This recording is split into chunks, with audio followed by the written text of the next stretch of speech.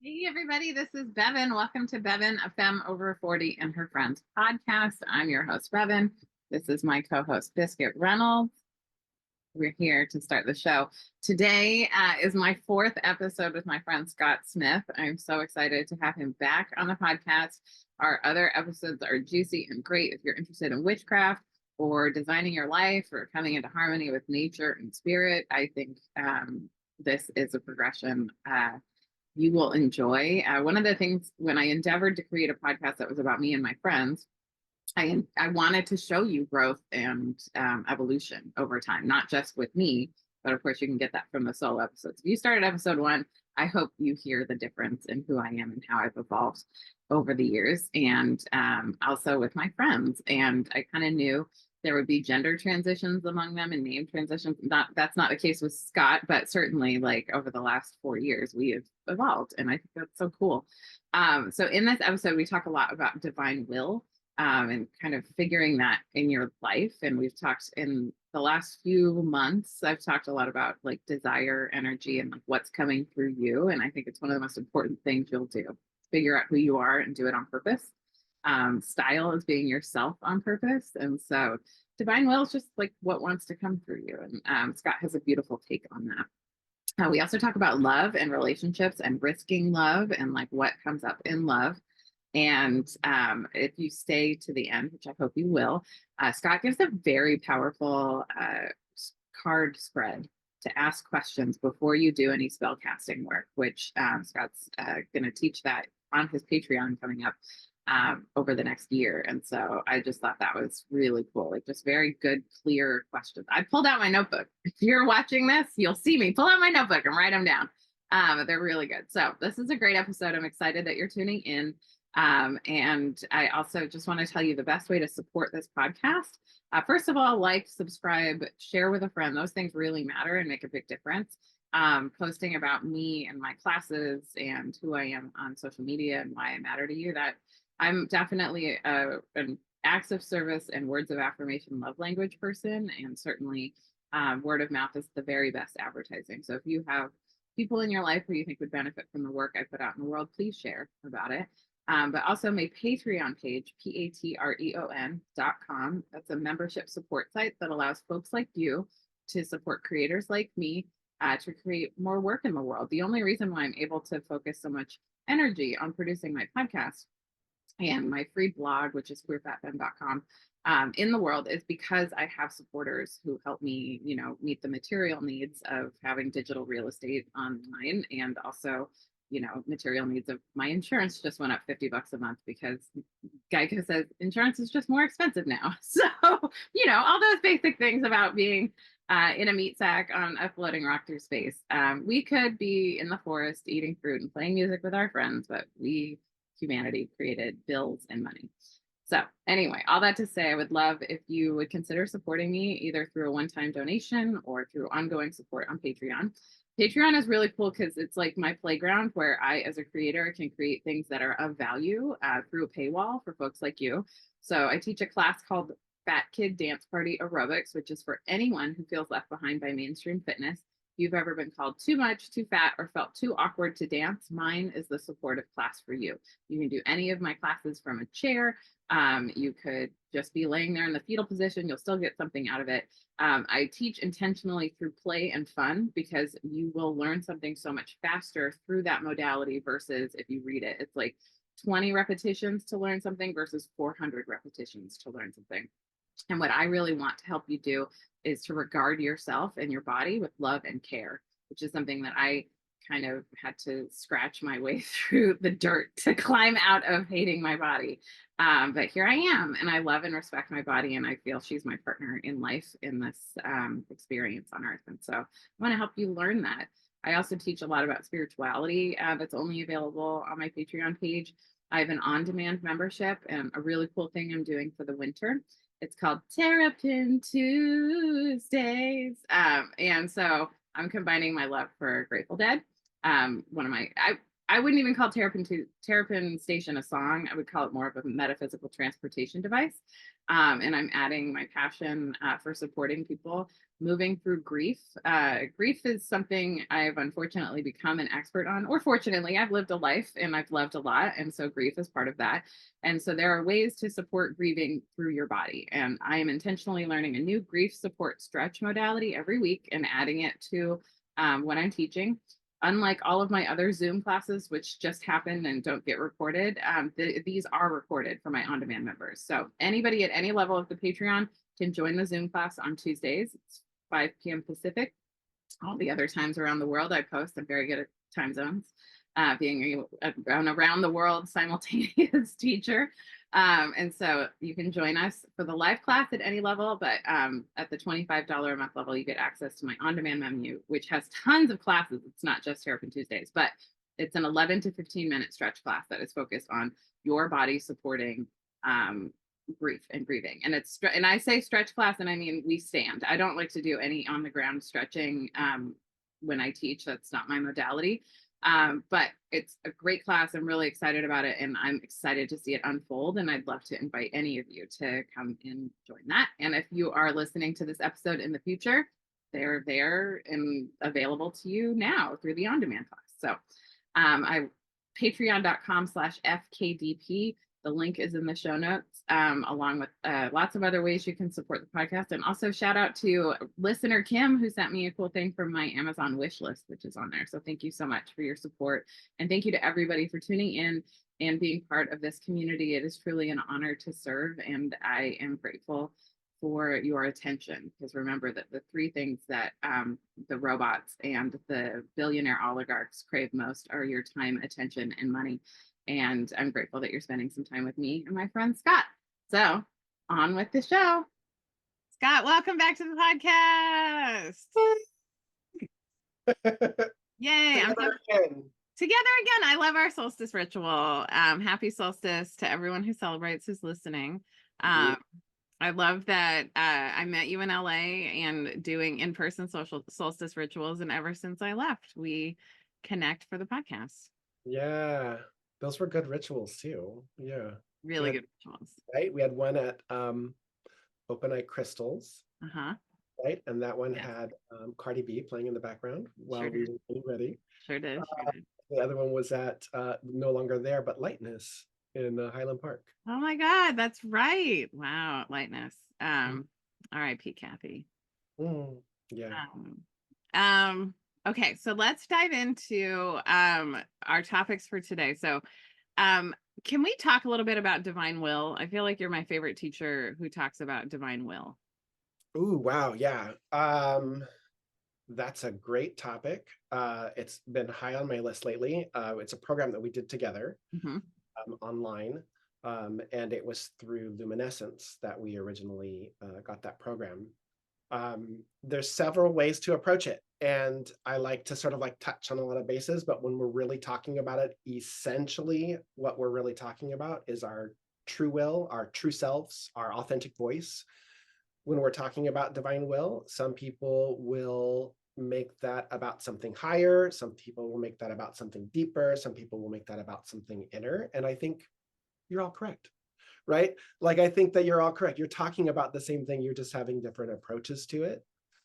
When we're working with divine will or true will, we are tapping into that authentic voice, our true selves, and sort of deriving from the mind, heart, and body of our truest self to make those decisions. So when we're doing anything like magical or meditative or whatever, that is an exercise or a method or a connection to those things, we're bringing ourselves closer always to that inner or higher voice.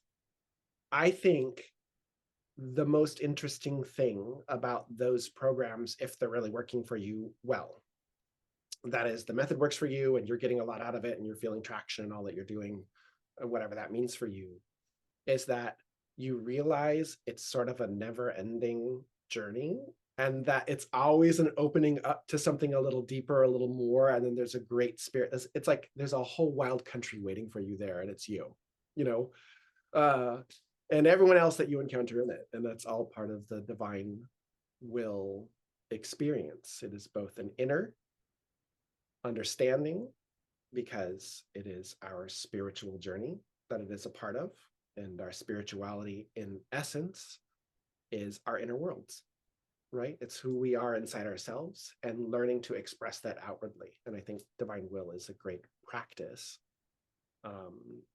True will is a great practice. However you want to address that is a great way to sort of like bring that forward from a very authentic space. When you're curious about what divine will wants for you or from you or through you, how do you seek that? Oh, that's a great question. I think meditatively is probably the first best answer. And that means going within in some way, shape, or form. And when I say meditation, I know I probably say this a lot, and I've probably said this on this podcast before, but there are lots of different kinds of meditation. There's dancing as meditation, there's running as meditation, there's movement as meditation, right? And there's also sitting still as meditation. There's putting a blinder on and headset, and blinding yourself from the world to like really tune in. They're all meditation, right? So it's tuning inward to that voice. And I think I would say it's helpful to me to understand where that voice is speaking from within inside myself. At least initially, I might identify a place, like say my heart or my head, where that voice is at. Over time, that may move around my body, right? There might be like a voice in my foot, and that's my divine will, right? Like, because I'm stepping forward into something. But really, it's just really essentially understanding just the real beautiful complexity of us as living beings, that it's all part of this bigger essence of self, this divine self or this true self, and just finding the right like node or doorway or space to really tune into that voice. So I tune into my heart. I feel a voice in my heart, especially in the last year. It used to be my head, it used to be my crown, it used to be like a download. But now I listen to my heart, and I just allow my heart to be open and to just receive the guidance as you would with Reiki, right? Like you just let go and you let the energy flow, and I just let that voice speak without trying to judge or edit or, whatever. If I know, how do I know if it's my true voice speaking? It serves my health. It serves my purpose. It serves me loving myself deeper, even if that love might be exploring something that's uncomfortable, or going a direction into the unknown. But it is a loving voice ultimately, I think, because if anything that I believe is available behind all of the divine will sort of stuff, is that it is a loving force in the universe that is guiding us. I agree. I don't think there's a single spiritual teacher that I esteem that would say anything different. Like, it is a loving voice. If it's judgmental or critical, it's usually your ego stepping in or something else that you don't want to take advice from. Yeah. How do you, like, what are your favorite heart openers? Like ways that you like nourish that heart opening? Without like trying to demonstrate an entire method that might be specific to a tradition, right? I think the mechanic of it is really important for me to say, is that I really, so let's back up for just 1 second to say that it's a practice, right? But a practice is defined as something that you are repeatedly doing, right? That's aimed towards a thing, right? And that it's just always a practice. You just do that sort of thing. And it can be as simple or as complex, like whatever drives you, however that, like, it ticks the boxes to get you into the space, do the thing, right? So my practice is heart breathing, is getting into that space. To do that, sometimes there's like a little bit of a path to get to that place, because we could be like, I want to heart breathe, but your head is like, no, mofo, this other thing happened. And I need you to hear this first. And so like, there's a little bit of a steps in the process. So I usually check in with my body, which I know that you're very big on. Like that's a strong part of your practice. I like to check in on my thoughts and what's happening with me. And I always like to refer back to how I feel. So if something comes up, I go into I feel statements, and I write I feel statements. And then that slowly centers me back into a heart space. If there's not a lot there, right, I still might do that because I think it's a good frame of mind. And then ultimately it brings me to my heart space where I like to breathe. And I take gentle breathing exercises into my heart space and just imagine in my practice that light sort of growing and expanding as I breathe into it. And then sitting with that light and just feeling it, listening, listening, listening. That's very important for the heart, listening. Yeah. It's two of my favorite heart openers. One is movement practice, right? So like heart to the sky, mouth in a big, I call it a Muppet smile, but like it's scientifically proven to reverse depression, but it is a heart opener. And so I just like to open and close my elbows. So I'm like physically opening the space of the heart to the sky.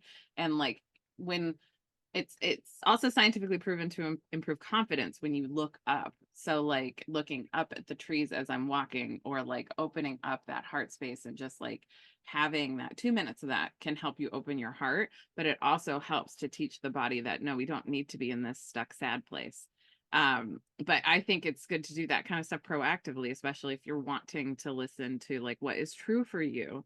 And you know, also trusting inconvenient things coming through, because frequently, I mean, as someone who has had a lifetime of self-delusion that I'm really working on, just being in a full trusting space of like I can hear the painful truth and it's okay. Another thing I do to open my heart is plant work. So I find roses, specifically pink roses for me, and I know that's very specific to me from in like a fairy realm way, but like pink roses and rose scented things that are naturally rose scented, not like cloying fake fragrance. The more spiritual I get and the higher my frequency needs to be, the less tolerance I have for, you know, fragrance that isn't that's synthetic. But and also chemicals, all the things, you know, as you get older and develop more, like your body is just like, no, we need to vibrate up here and you can't do this shit. So I'm sorry. Sorry, not sorry is really their vibe. It's like it's a loving voice, but it's sassy too. It's just, you know, it's just there. So I find working with roses, I like to drink rose petals in my tea. I also love cacao and chocolate for connecting to the heart and opening the heart. And in these times when I can afford it, I like to buy cacao from as a morning beverage and drink that and just like connect with nature while I'm drinking that, and just because I think these times are so wild that connecting with our heart, like first thing in the morning, I think is some of the most sacred work we can do.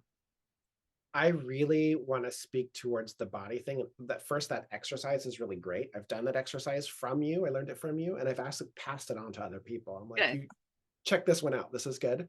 But I really noticed that one of the issues that I personally had during the pandemic, especially, is I got really heady.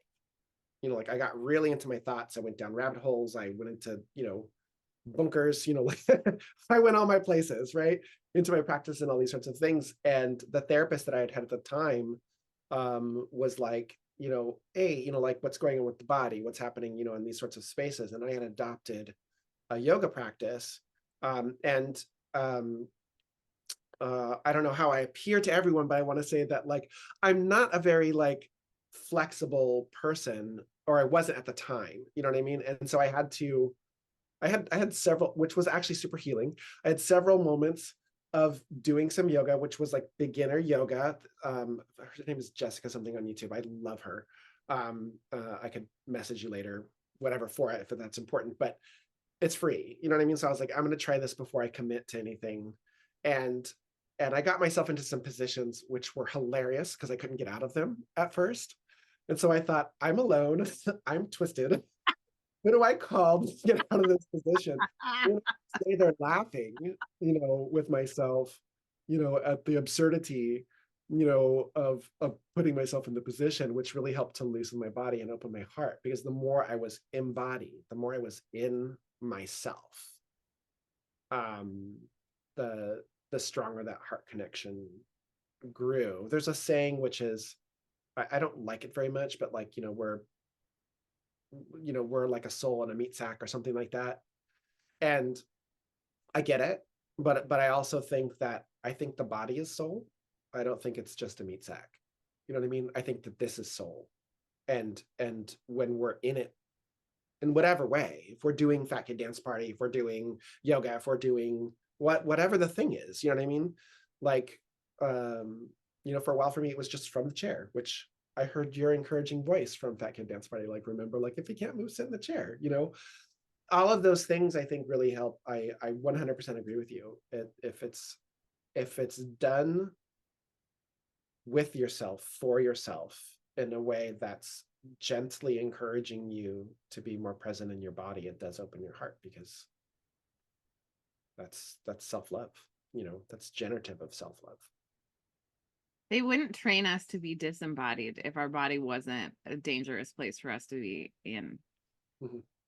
And it's also just a good reminder to just start slow with everything. Like, I say this about plant medicine and movement practice. Like, you can always get more flexy, you can always get more high, but it's really hard to get unhigh, and it's really hard to disentangle yourself if you're by yourself. So start slow. Like, literally just like the couch to 5K people. I've never done it, but like, I know couch to 5K is a thing, but the reason why it works is because it's iterative, and all good practices are iterative. You don't just dive into the deep end. I know some people out there are Aries and that's what they want to do, but like, just trust me, Bevin, you're someone who has dove into things. I mean, right, like, we were just talking about this before the podcast. It's like going through hard things. Sometimes you just want to, like, you just got to get going, right? Like, we're socialized to distract ourselves from pain.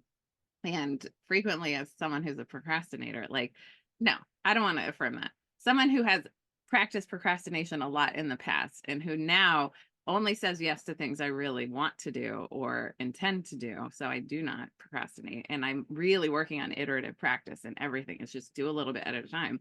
But like, with painful experiences, with hurt and grief, like, if you spend a lifetime avoiding it, it's just going to build up and hurt you more later. So you might as well just take a little step every day and like move forward. Yeah. It fills a pocket of something repeatedly. When you don't address it, it becomes like, you know, one of those like utility drawers, people call them junk drawers, you know, like where like all these little bits and bops get thrown inside there. And then eventually you go to get something and like the drawer pops open and everything pops out. And you're like, why is this happening to me? And then for myself personally, I was like, oh, it's because, you know, 11 years of not of avoiding this thing. Like, here it is, like, you know, and the way is through, you know, the way is through. I'm not saying it's like through people who are truly toxic for you, or that it's through any of those sorts of things, but it's through the emotional experience of what that is, that probably isn't even what it is, really. It's something totally on the other side, like, you know, waiting to pop out and be like, surprise, I'm this, you know, like, but you don't know it until you go through those feelings and discomfort to get to the other side of it. But amen. Yeah. It's also true, like, yeah, once you know someone's toxic for you, don't keep doing that thing. The same thing is true. Like, I don't drink alcohol anymore because I know it's toxic for me and it doesn't suit my body. But like, what I've also realized is like, life is kind of a process of continually letting go and welcoming new. And like, we're here to explore and experience. And the more I can connect to the now moment and just allow the now to be the now, not layer old stories on the now, just like be grounded in this moment, I find I'm having better joy and like better enriching experiences, because we always remember how we felt about something. And if I can curate experiences that feel good, you know, rather than like, I've been thinking about this a lot because my birthday is coming up. And like, I've been looking at old birthday party pictures, and I haven't had a birthday party in like 5 years.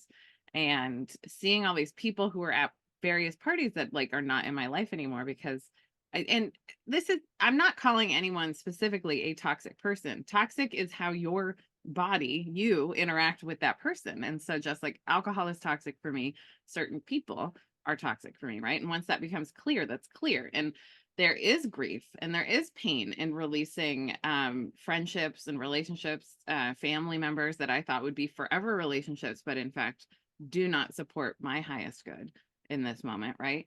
And like, looking at these old pictures and I'm realizing, wow, like, there's just a lot that I've released and a lot of people that were there in that moment. But I'm glad they were there because they were part of that joyful moment in that time. And like moving into, I'm having a birthday party for the first time in 5 years. And like knowing I'm inviting a lot of people who are like my local friends now. And I'm so grateful to have local friends that aren't just like my neighbors, which I love my neighbors, but like, you know, it's just like a wider crew of folks that like I'm really vibing with right now. And recognizing these, I still don't know, and I won't know until I know if a friendship is for a reason, a season, or a lifetime. But I can curate a really fun now moment with these people, and I'm very grateful to get to do that. Yeah, I pulled today before we sat down, I pulled the Lovers, which is all about relationships. And I was thinking about that as you were talking about the reason that the season, how is it, what is it again? One more time for Reason, me. a season, or a lifetime. A lifetime, yeah. And I had been reflecting on that, especially in the last year. I mean, I think that, you know, when we went through collective darkness, we're still involved in collective darkness. Very much. That really reveals our character. This is who we are, comes out during this. Mhm. And try not to be judgmental about that. When I see something that I completely disagree with, you know, being like, okay, maybe not for me, right? Like that's not for me. So I'm going to go over here, right? And I'm going to breathe from that for a second, see how I feel in that sort of thing. But it's still a relationship. And if that for me was where I was going in this, when you said that, and I thought of this card, was that I always think, well, here we are now, right? Like this is where we're at in this relationship. And it may be stepping closer, or it might be stepping further away, but we still have a relationship in the broader scope of the world. Like I can't get rid of you. I mean, I could do a pretty good job. I'm a Leo.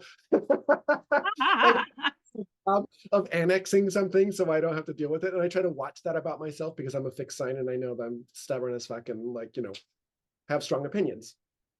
Surprise, I'm a Leo.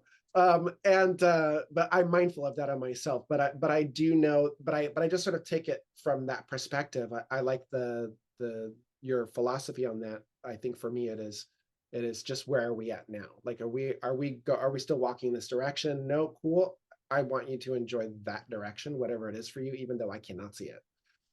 I cannot see it, you know, but you know, like blessings upon that so that it goes the direction, because maybe it's not, because I think in some relationships that are really tightly interwoven, the movement happens and like Bevin needs to go this direction, right? But like your auntie or whoever needs to go this direction, you know what I mean? And we keep doing this and holding hands and trying to force a middle road, but you need to go left and right. You know what I mean? And it doesn't necessarily mean, toxic people aside, you know, like it doesn't necessarily mean that like it's over. It just means for right now, like I'm going down the Jupiter lane and doing a bunch of abundant stuff, and you're going down the Saturn lane and ending a bunch of things, you know, like, and then there it is. You're like, you've gone those directions and then you meet up on the other side. I was, can I keep going? Please. I was just at this antique store in like Whittier area, and it's called King something. I can't remember the exact name, but it's basically 3 stories of booths inside which are people's private things that they're selling. And you can get lost in there for hours. And I will literally just go there to like just walk around. You're like, oh, I remember this from the 60s. Oh, I mean, I wasn't alive in the 60s, but my mom had those things. You know what I mean? That sort of stuff. And we did the middle portion. Then there's 4 stories because there's a basement now that I think about it. So I went into the lower level, and Brandon, my partner, had walked ahead of me and was looking at this really crazy cool religious shop that's down there. And I see this woman standing before me, and I know her, but I cannot remember her name or in that moment precisely how I know her. And I just was staring at her and I said, I either have to move or say something. So I said, I feel like I know you. And then she turned and looked at me and I was like, oh, I know her. And she said her name. And I went, I'm Scott. We worked at Borders Books together in 1998. Yes. So 25 years ago, I had this friend at Borders Books, you know, internet, social media, all of those sorts of things. There was not these like instant connections that you can have.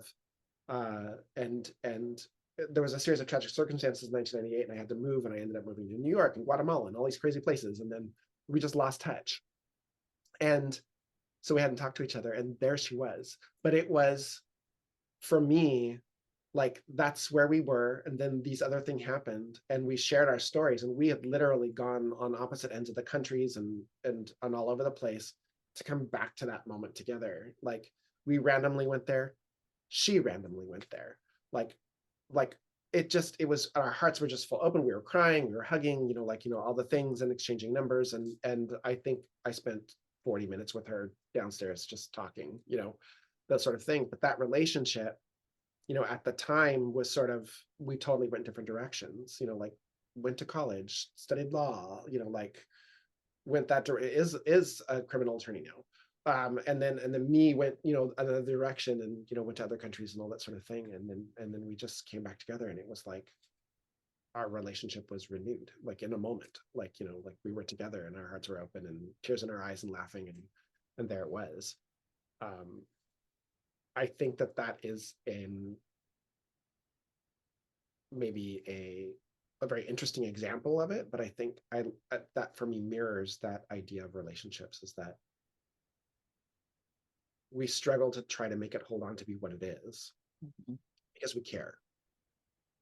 We do care, right?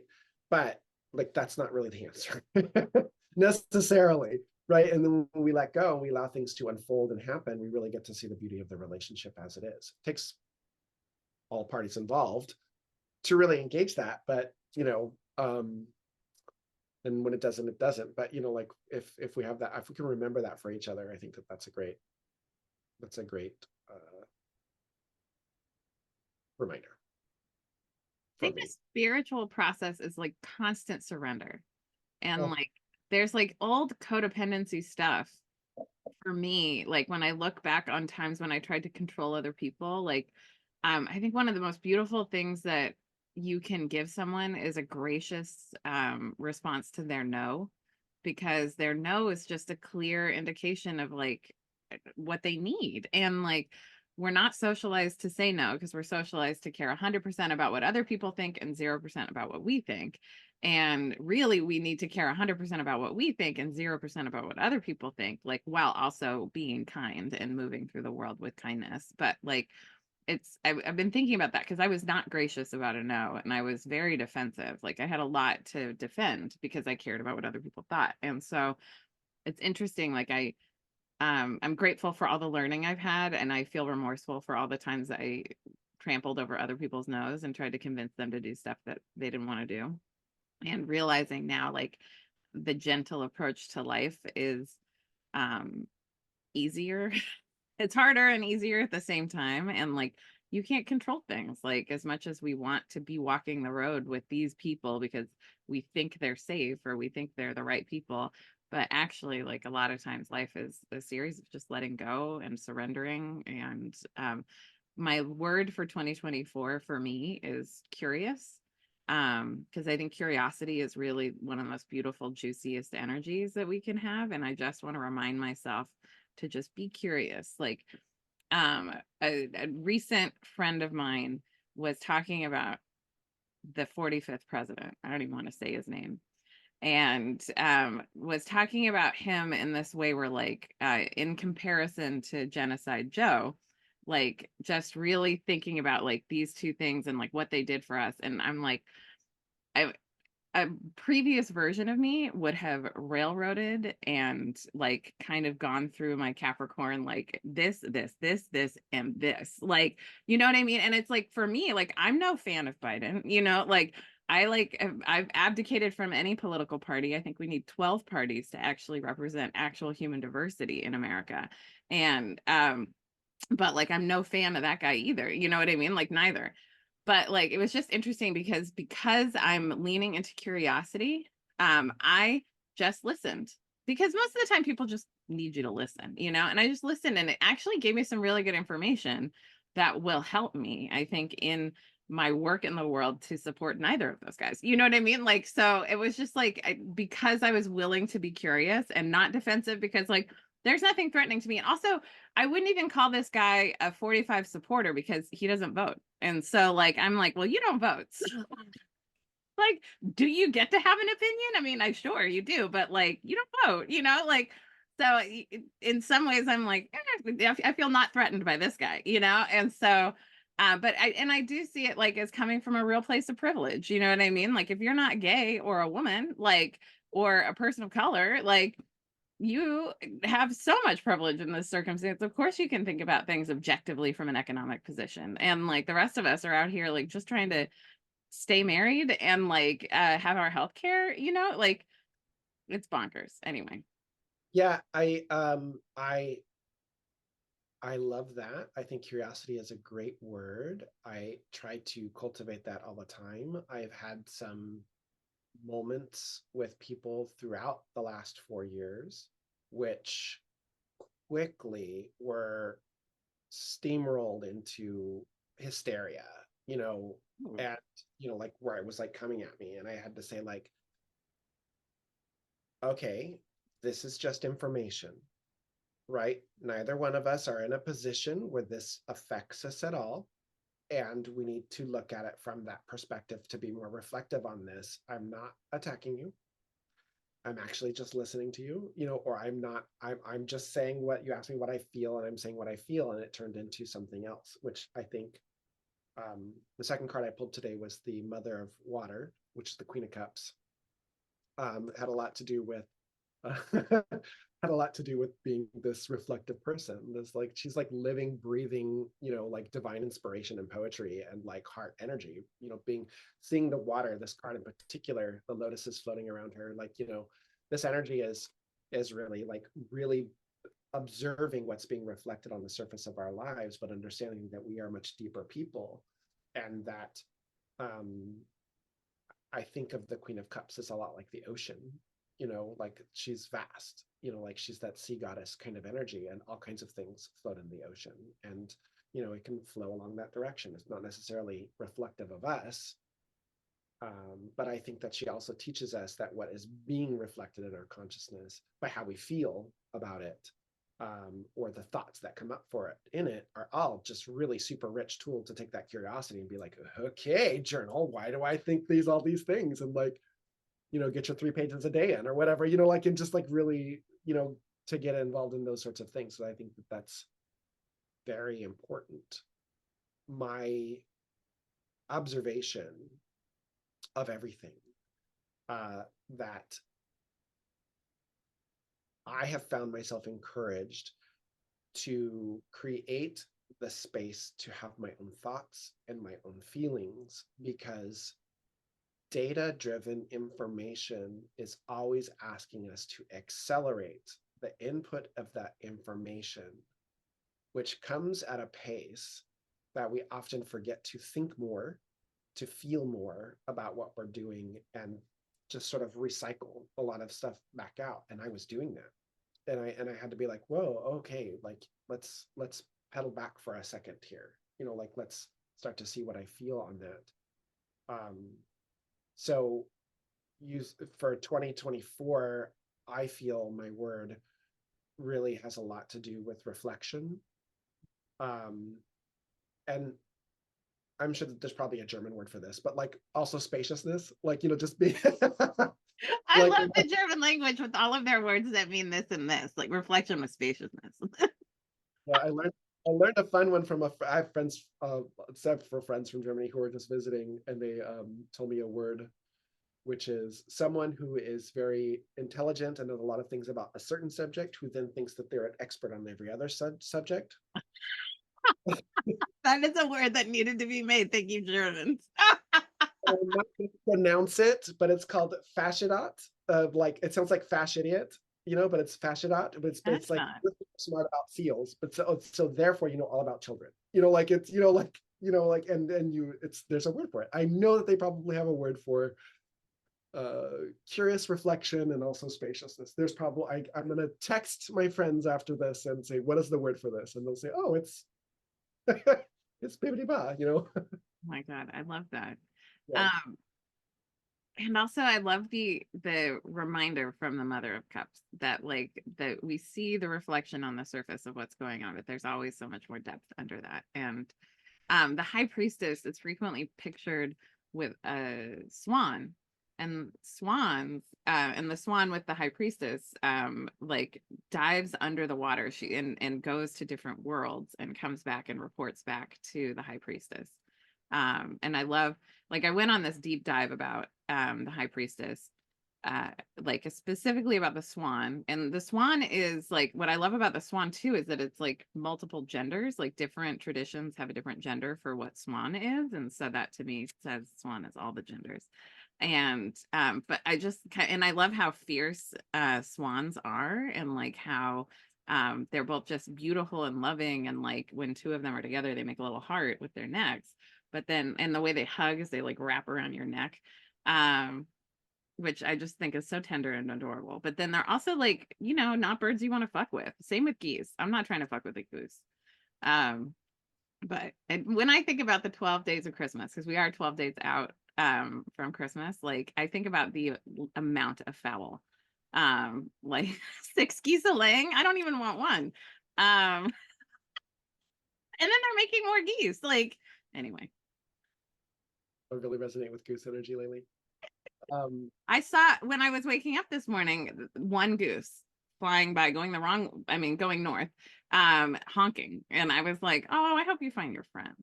Yeah. There was something else I wanted to say in there, but that's I don't remember what it was.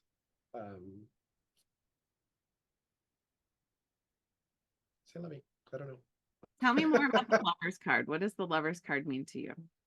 Um oh, now I remember what it is. Okay. It's lover's card for me as not necessarily about romantic relationships, although I think that it can indicate that. I think it really talks about the spirit that we generate. That's this energy that's generative between us, which is love. When we see the lovers, sometimes you see it as angelic between us, but it is that angel or is that energy that's between us that is the spirit of love. So uh, there's always 3, or if you're poly, 4, 5, or 6, whatever the number is, you know, that there's always this invisible person in between it all. But this invisible, it's not an embodied person, it's a spirit, it's an energy, like a group mind, you know, kind of thing. It's a power that's inhabited by something that has come through as love. And I think love is very much a divine expression, as we talked about in the beginning. It's a loving voice. It is magnetic. It draws us together. It ignites our desire. You know, it creates connections between our bodies, minds, hearts, and souls. And so the lovers represents all of those sorts of things. It is a process of alchemy. It is a step on the journey of growth, of bringing us together, right? That leads into a chain of events that causes all these transformations and other things to happening, which is the, you know, it's like rose quartz. You know what I mean? It's like, oh, rose quartz. It's like a soft, pretty stone. And it's like, yeah, there's also, it goes like directly to your shadow to work on that particular, you know, thing. It's like, yeah, I'm soft, but I'm going to go right at the problem. You know, like it goes right in there. I think the lovers is sneaky that way too. Like we see the beauty of love when we're together, and I think that should always be cultivated, right? Like I think that if we're committed to anything in a relationship, it's to committed to that spirit so that it can continue to dance with us however we change. But the other side of it, right, is that in that light there's a shadow cast, and that shadow that is cast within it is some of the things that we come together to really understand through each other. And I think the lovers can sort of do that as well. I just want to point out, it does kind of have that intertwining swans. And this is Tarot the Spirit. This is how I learned the tarot, was this deck in like 1994 or something like that. This reminded me when you were saying the swans as well. That kind of, Yeah, it really does. And I also love the kind of infinity symbol I'm seeing there. And yeah. there's certain things we can only learn in relationship with other people. And the lyric from Stevie Nicks that is running through my head as you're talking about this is that love is born from a single moment of inspiration. And it's just like, what is seeking to be created between these relationships and as they come together, and like, are you going to lean into the risk of loving? Because I think as you gain experience in love and loss, like falling in love is hard. Like this really, and falling in love, I mean, it can be the same.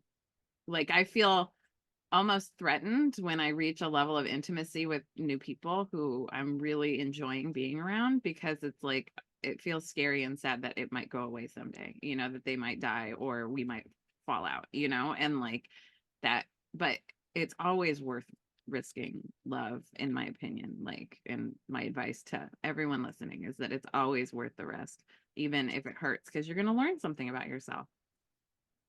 It provides for you the enlivening change that you're looking for. And it puts all of these seeds that are just so generative inside us that awaken all of these hidden gifts and feelings and all of this stuff. And even the stuff like you were saying, like oh, like it could end, or these things, all those are also hidden gifts. One of my dear friends who sees me for meditation, has the saying of like, what's coming down for her, like, so this is what she was receiving. And then she'll say, this is what's coming up, right? Because when we bring in these like higher vibrational frequencies of things, they stir the bottom of the cauldron of consciousness.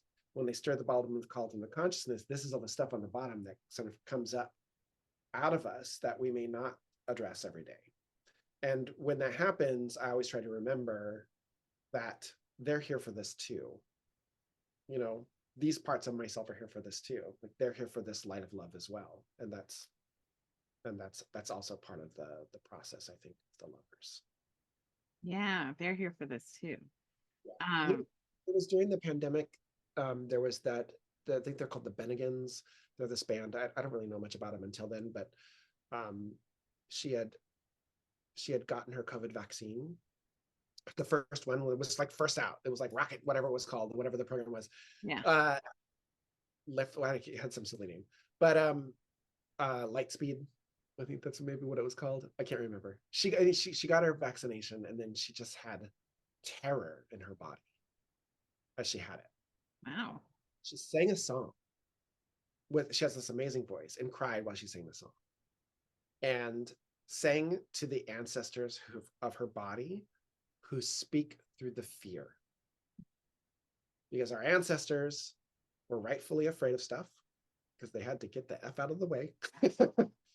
And that's their voices inside us, is that fear that comes up. And so, and then later I saw it with Thich Nhat Hanh and some of his work, and I started to see that message sort of around there, that those things that we see as lower vibration or fearful, those sorts of things are really, they're the mindful voices of our ancestors in our body telling us to be careful of something. It doesn't mean that they're correct, but they show up as instinct. You know what I mean? And it's just a great place to love a part of ourselves and transform a part of ourselves that is ancestral in that way. I feel like I rambled a little bit there, but I want to dig in. Tell me what your distinction is between instinct and intuition. Ooh, I think they can overlap. Intuition, for me, I want to start there. I actually read about this in Reiki Spirit, the manual. Intuition is an invisible sense. It's, like it's a substance of knowing or understanding the world. It, however, is not necessarily spiritual or like psychic, right? Because you can be intuitive about cooking. You could be like Chocolat, like you could be like the movie, like you could, like what was the one where she did magic with cooking? Like there's all these great sort of references of that. You can, it's a knowingness that's developed out of repetitive patterns. Intuition is neutral in that level of growth. So we can be intuitive. We could have suffered a lot of traumas in our lives, and we can be intuitive about identifying those problem people, maybe subconsciously, through we have a sense of something, but it doesn't necessarily mean that they are that harmful person. It could be our intuition referencing our trauma, going into a relationship, triggering that and thinking that it's a harmful person, but it doesn't necessarily mean they are, right? Intuition has a way of connecting dots that we cannot see.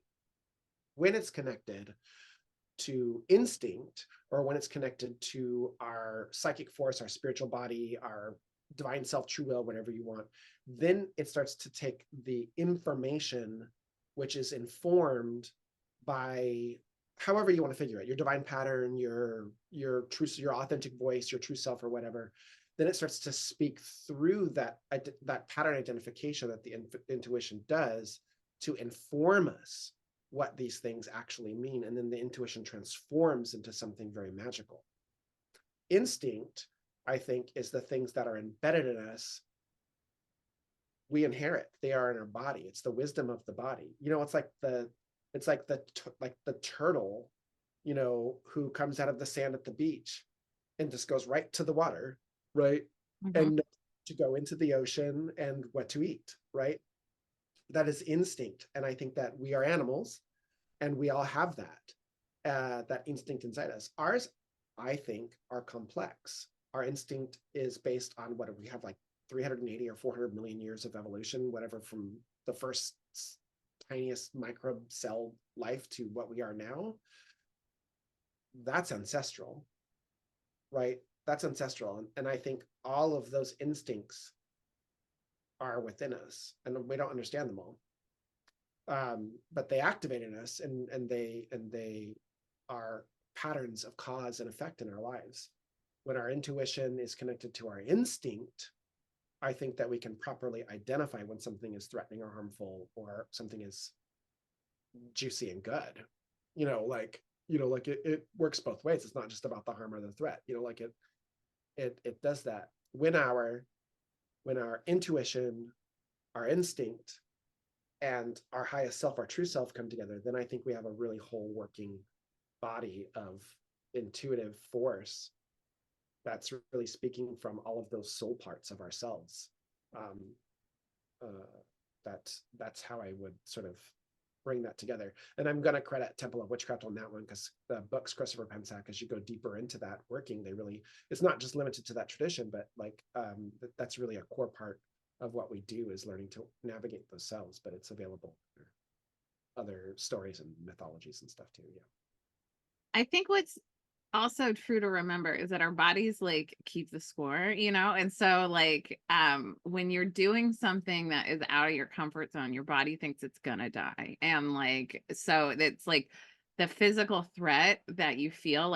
I always call, and I want to credit my friend Drea with this, it's in following your intuition feels like a jolly free fall, because you don't know where you're falling, you just know you have to go in this direction, but it also there's a jolly element to it, because you're kind of excited to see what's going to happen, and you're kind of excited to be exploring. And so remembering that getting out of your comfort zone means you're literally doing something you haven't done before, and your body doesn't know how to feel. And fear is part of that, but fear is usually the path you need to go down. And so if fear is present, it's because you've got comfort zone to expand. And I like to remind people that I believe we have all this potential inside us to become the greatest us of that's possible, right? So the acorn turns into an oak tree, but if you put an acorn in a spot where it can't get the nutrients it needs, or it can't spread out enough to be an oak tree, it's going to die eventually, or it'll just grow to whatever it can grow, in a pot, right?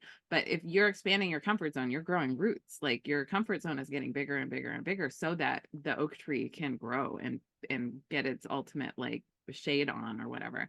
And as much as we say an oak tree as though they're all the same, every oak tree is very different. They get really twisty too. The oak trees love to play with the wind, and it creates their embodiment, their unique embodiment. So what's your unique embodiment that wants to be created as you, with your divine will, with your intuition, with your instinct, all of that, and just remembering that I don't know a single adult who isn't traumatized, in some way by some experience, and that when our highest self is speaking to us, it's showing us a pattern, and our lowest self, our instinctual selves, is showing us where the nutrients at, where the richness is for the seed to grow, right? So I just want to go, I'm trying to interrupt, but just to throw that in there. Yeah.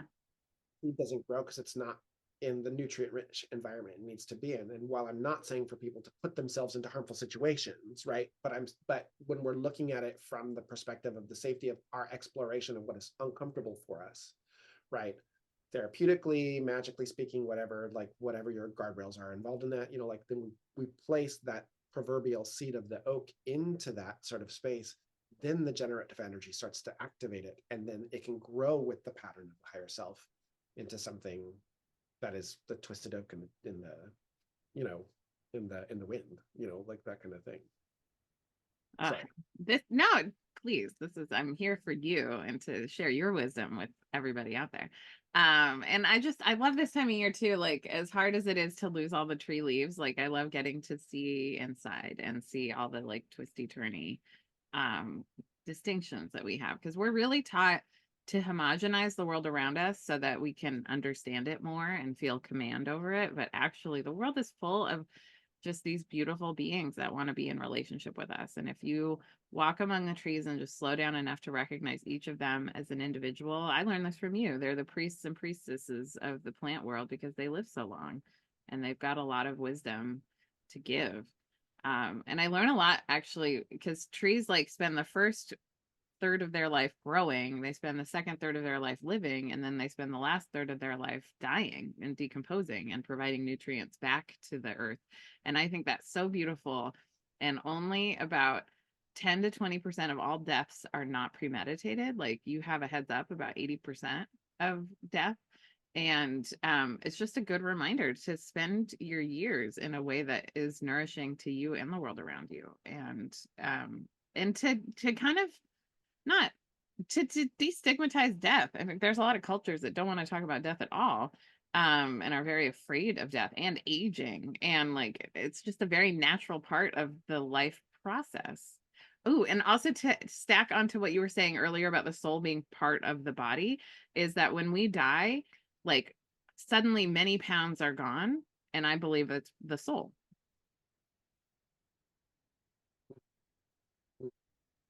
Yeah, I think trees have a lot to teach us. I love that. The the third card that I had pulled for today's was the Hanged Man, which is about the sacrifice. He's hanging from the tree, you know, that sort of thing. So that's very funny to me that this third card is there and this is where it went. Um, you know, it's you know, to say it with clarity and gentleness. It's going to happen, and we're going to be there when it happens. And that is a hard concept to embrace, but eventually we must embrace it. The Ram Dass quote of "We're all walking each other home" or "walking each other home" is that how we live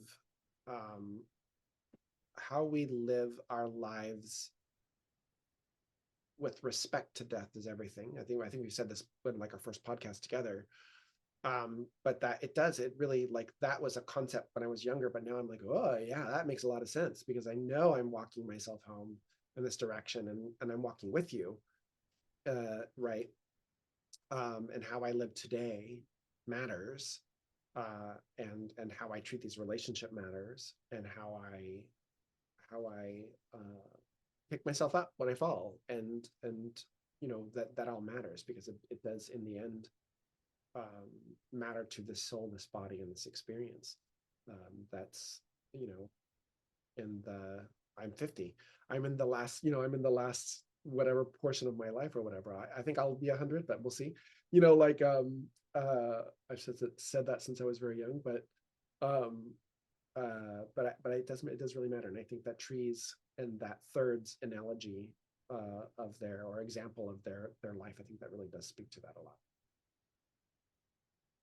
I think, okay, I want to talk about your upcoming Patreon, because you have some really exciting, I could talk about trees forever, but you have exciting things coming up in your Patreon and things to share about rituals, etc. And like all of the things. I don't remember exactly how you said it, but it was beautiful the way you said it.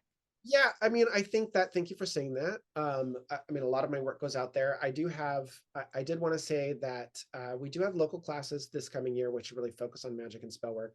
But they are in person here in Los Angeles. They're the Temple of Witchcraft Mystery School classes. This is not those. I just want to make the distinction of what that is. On the Patreon, I started off, that was a writing project place for me. I still have great supporting friends who, including you, who have supported me in the process of that. And it evolved then into, you know, some fun classes and like a lot of like scribble papers and like trying to figure things out. And then it became doing monthly readings. I think it was weekly readings, which became monthly readings. And I sort of stuck with that for a while, doing like monthly, like contemplative spreads, not like, like watch out for Saturn, it's going to get you. Those are all helpful. You go to those people, you get that, keep these things in mind when you review that information. That's always how I've done a reading. It's sort of like, consider this as you look at everything else, because that's what my guides sort of speak from, is that place of like, find this heart and then the pattern makes sense. So that's always how I usually begin a reading, or understand that eventually that's what resolves for anybody. So I keep that in mind when I do the readings on the Patreon. But this year I feel like a frequency shift happening.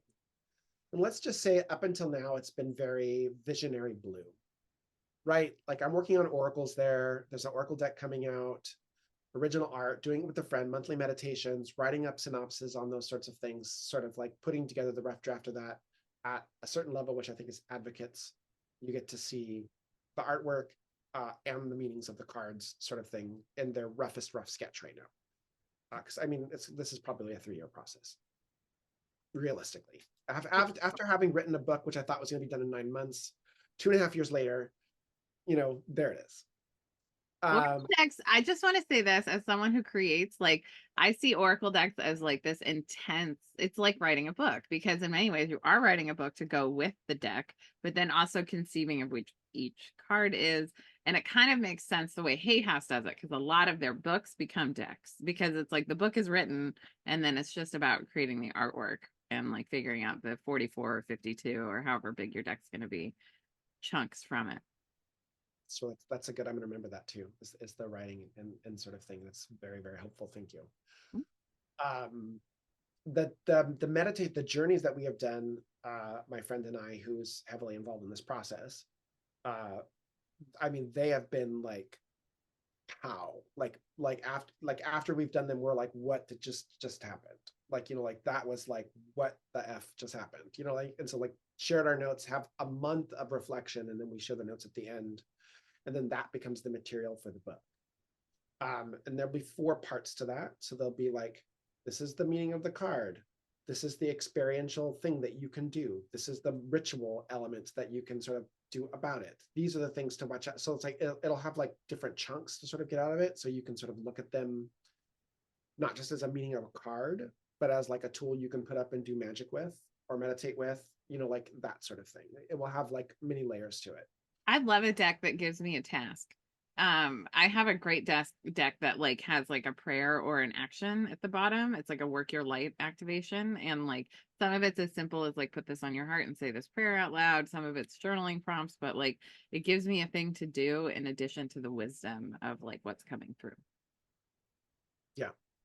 So the visionary aspects of the Patreon continue in that level. Not much changes for the upper tiers of the Patreon, the 2 top tiers that are there, because they get treatments and they get readings, or they can give readings from the month or whatever, by me to other people. But then everyone else, I'm changing. I'm not going to do monthly readings for this coming year. If we were in Visionary Blue, we are now in Ruby Red Powerhouse. Like it's this energy of like activation and doing something with your divine will, with your authentic self, your true self, however you want to say it. So I sort of am reworking it, and it came from this idea. It was inspired. That's where it really came from. Like I was like, oh, I'm going to do this next year. So sure. But like when we receive an intuition, you receive that direct download, or however you want to frame that for yourself, then I look at the pattern around me to see how it shifted. Like, okay, so I got this information. What do I see? Right. So I start to look around me for those sorts of things. And I was cleaning up my Google Drive, transferring everything over to one space. Because again, we talked about this before, Digital real estate is expensive, and when you like have all these ideas on all these websites, it is expensive. And so like you're wise to like shrink it to one place. Consolidate. I found a one-on-one class I taught in 2018 for someone over, I think it was 9 months, on how to take all of this bulk of material about magic that's available in the world and say, okay, first do this, and then do this, and then do this, and then do this, and this is why, and this is why, and this is why, and this is why, and then make the magic happen. And it works. It totally works. When I do a spell, it works. Like when I do magic, it works. 99% of the time, 98% of the time, whatever that is. Sometimes, and this is why you always do reading before you do magic, it's not for your highest good. It's not for your true will. It's not aligned with your true will, right? And when it's not aligned with your true will, your highest self is going, yeah, no, we're supposed to go that direction. And you're like, but damn it, I want to make this happen. And it's like there's a tension there. It doesn't mean it's wrong, because you can tap into that tension and make something happen. But it's that philosophy that there's just a, well, it's like Lakshmi has blessed the world with magical information, and there's just an abundance of it everywhere, right? But it can be confusing. And I recognize that, like when I teach the mystery school class, Witchcraft 2, which is about the Outer Temple of Witchcraft, and this is about successful rituals and spells. When someone is done with that initiatory course, they're like, oh, yeah, I do a magic spell, it works like this. When I teach this other method in this way, it also does the same sort of thing. It sort of organizes things based on your information and your understanding of it, right? Because I'm not telling you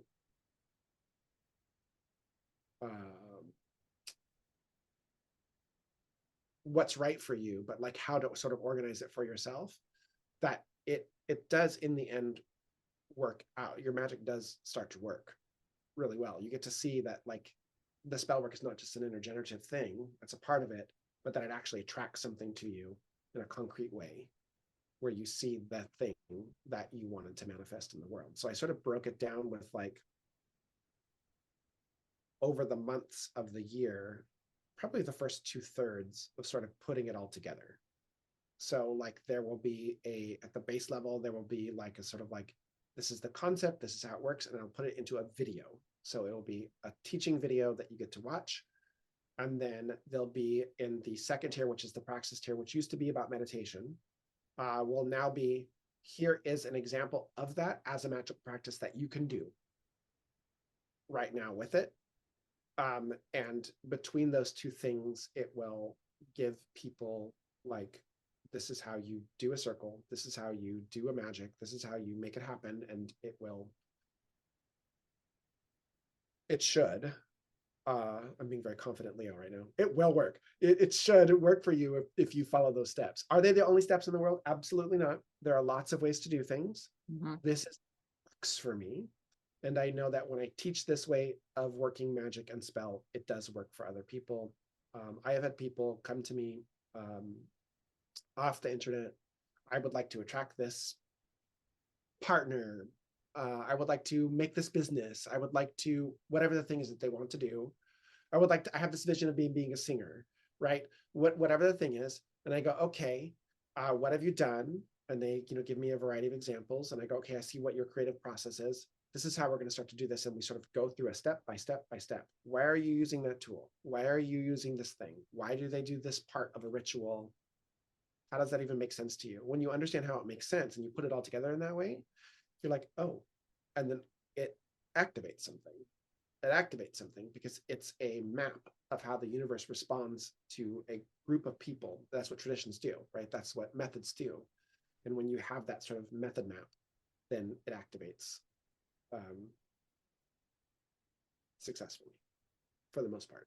Okay, so which tier on your Patreon is getting this spell where it's the first tier? First tier. Okay.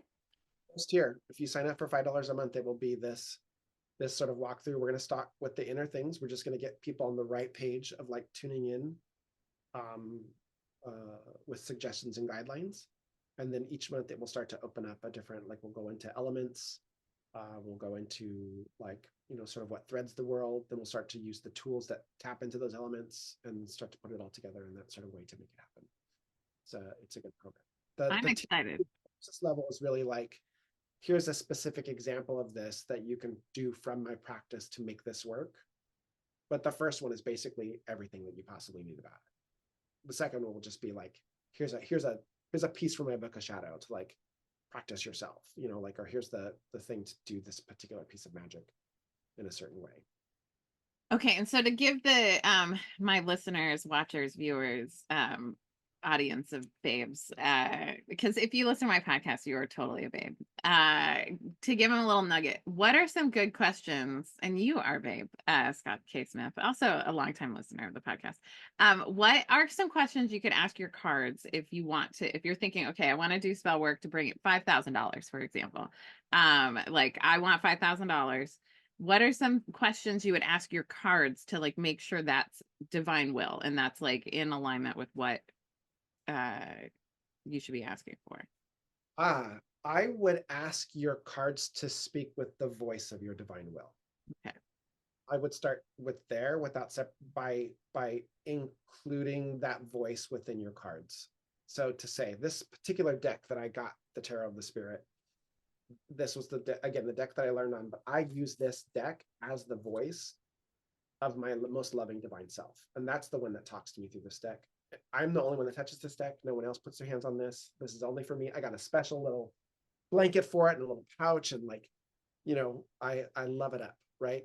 So I ask that specific thing. I ask, if I were to do this, what are the steps? And I might pull like, what are the immediate steps that I need to do? And maybe pull a card. What are the intermediate steps that I need to do? And what's the long-term goal that I need to, you know, accomplish in order to make that happen? Cards just fell out as I did this. Ooh. And then I also like to, and there's a couple of ways that you can do this.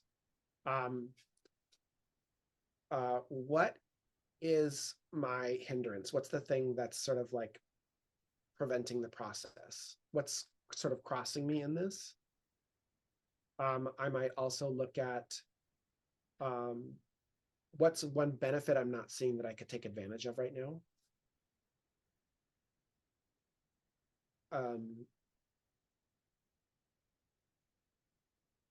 That's usually my tactic. And I always, whenever I do reading, I always flip the deck over to look at the card that's on the bottom. Me too.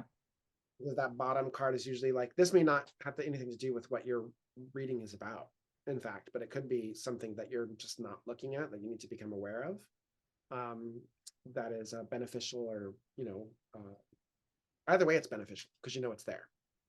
I've always heard it called the heart of the matter. And so for me, like when I pull my daily card, like I always flip over and just like take it as more advice, you know, like more ways to see today. That also works. Yes. Does that answer the question for you? This is very helpful. I am kind of curious what cards fell out of your deck while you were. It was the Princess of Swords and the King of Pentacles. Oh, okay. Princess or page. That's usually how. So it's when I see a page is not, some people say page is a child. And I think that there is a childlike curiosity there, right? But I recognize the page as having accomplished something because they got through the 1 and the 10. They can do something. They know how to do something. Even if it's just they can identify the elements of everything. The suit will then indicate what that's really about. If it's air, it has a lot to do with inspiration in the mind, of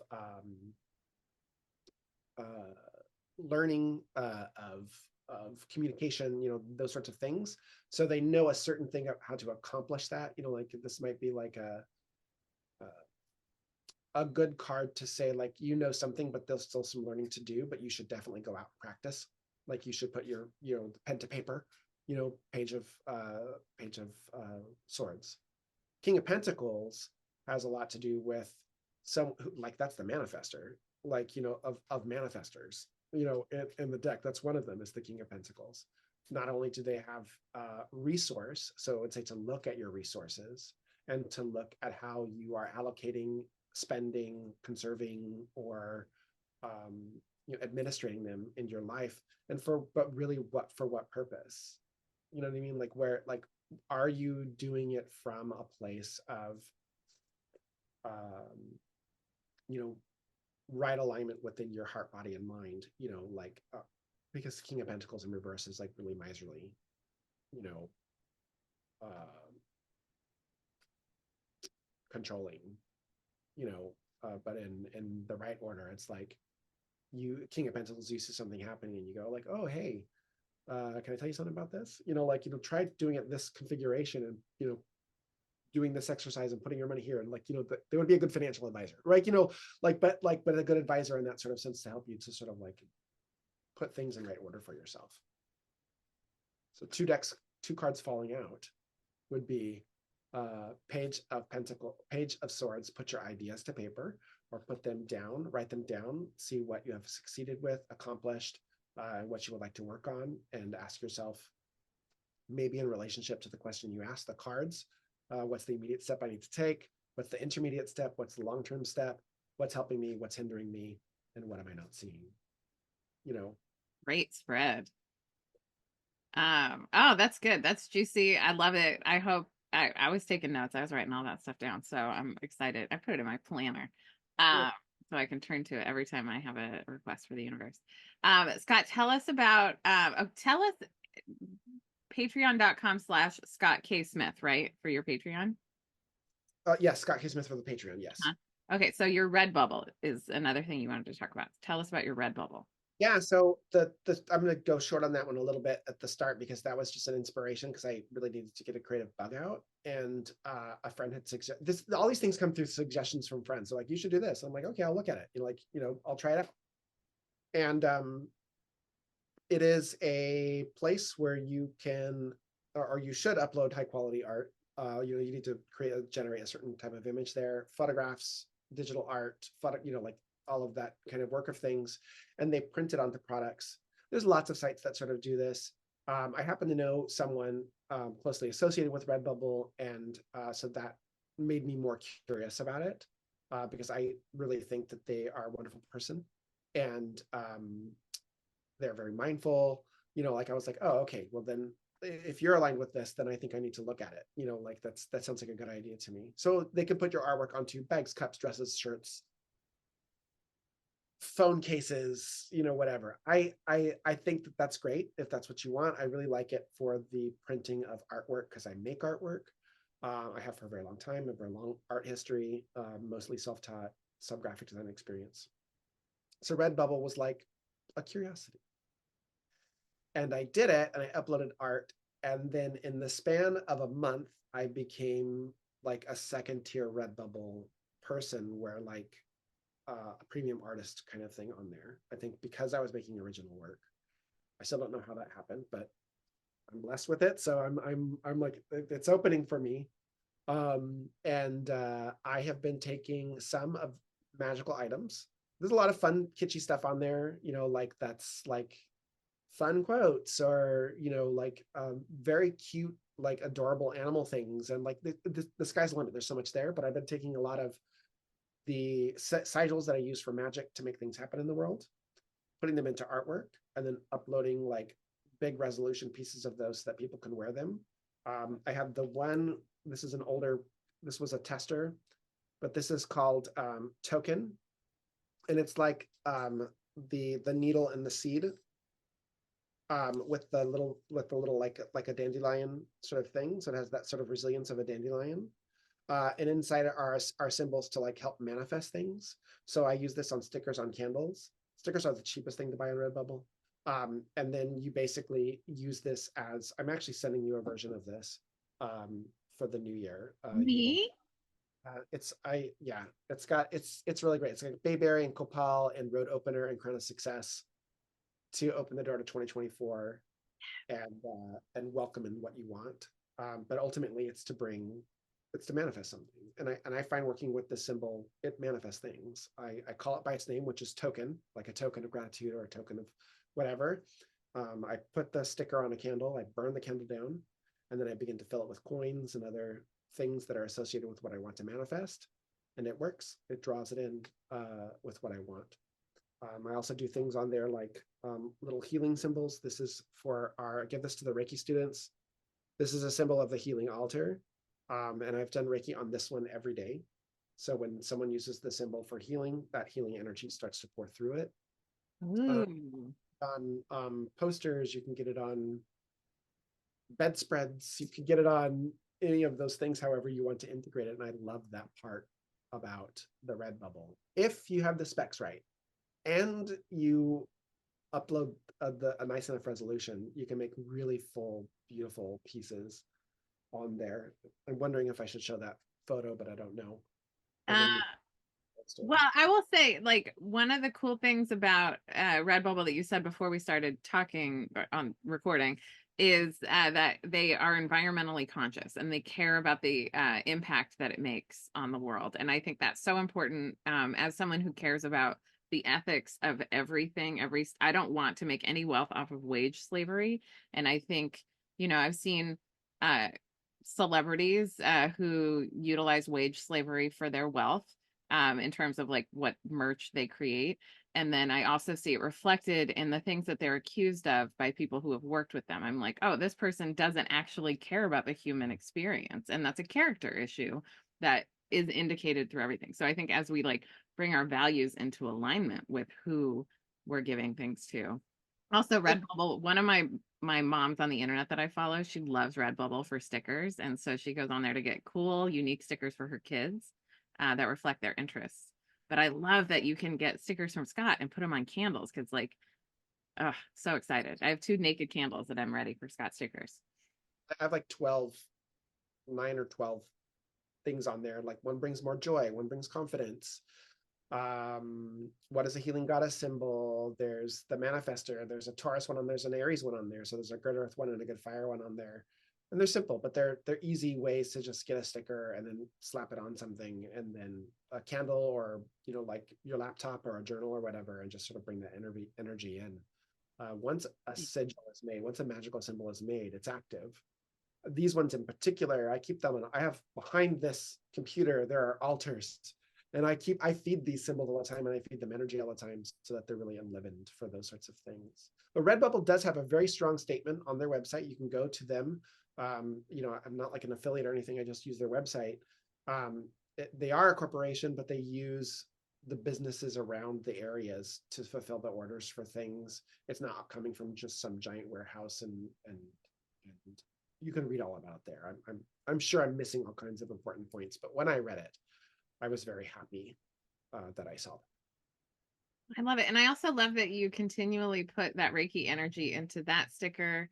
And because I do a Reiki healing on everyone who's ever attended an aerobics class or ever will attend an aerobics class while I'm teaching the class. So every time you're getting energy from me, if you've ever been or ever will go, and if you're open to receiving it, you'll receive it. And I love that. I love the gathering of energy and just how, because as the giver, as the artist, the creator, or the healer, the energy exchange that you experience is now, right? Like the creating of the thing.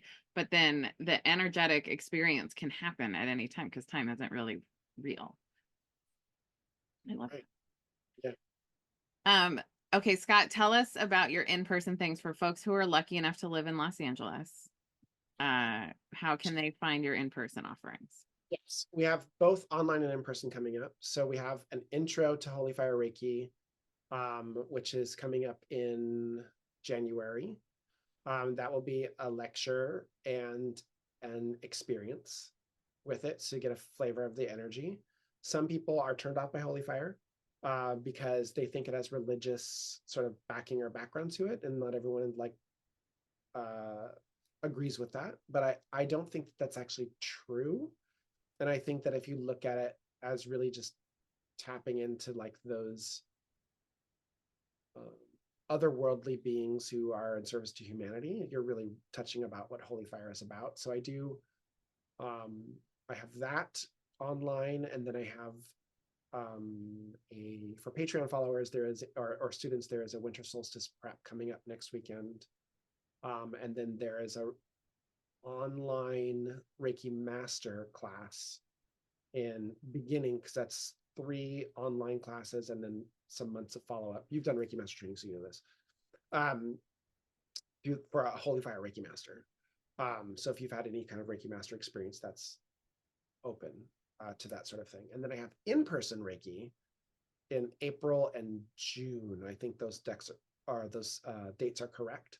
So that will be in-person Usui styled Reiki with the Holy Fire integrated into it, so that you get the best of both worlds, 1 and 2 coming up. And then in March, we start the Temple of Witchcraft mystery school tradition. So these are initiatory traditions in which you do for a day. There's a lot of prescribed content, a lot of writing, and homework. You have to turn in every month. That gets not graded like A, B, C, D, E, F, but like looked at, reviewed, and feedback is given to help you on your journey. So you tell your story in the format that's given, and then I reply back to that. And we have that at level 1, 2, and 3. So the inner temple teaches us how to sort of organize all the inner skills. The outer temple teaches us how to express them into spell and ritual and be our own priests and priestesses in the world. And then the shamanic temple of witchcraft is the third. That's only for initiatory people who've already gone through our practices. And that really starts to delve into the plant spirit medicines, the animal spirit medicines, the ley lines, the deep forces of creation, and the shadow work on that one. Those are the 3 that are in person so far. There's still a lot more in the work. We may even, I can't say exactly what it is yet, but we will be at a local church doing some Wheel of the Year celebrations as well, so people can attend those, and those will be in like the Northeast Los Angeles area, but details will come, and they will all be on the starandstonellc.com, which is where I post all of the calendar information. Great. And I'm going to put links to everything in the show notes so you can follow and support Scott Smith all over the internet. Scott, I'm so grateful to just have you as a friend and a teacher in my life. I always learn so much from you. I'm so grateful for you and your energy and just to know you. Thanks for continuing to be your best self and to continue to vibe up and learn and follow your curiosities. Bevin, thank you for all that you do as well, and for having me here. I'm a great appreciator of the light that you bring to the world, and the way that you move energy and what you offer. So yes, I'm always happy to do this. It's like one of my favorite things. Yay. I love you, Scott.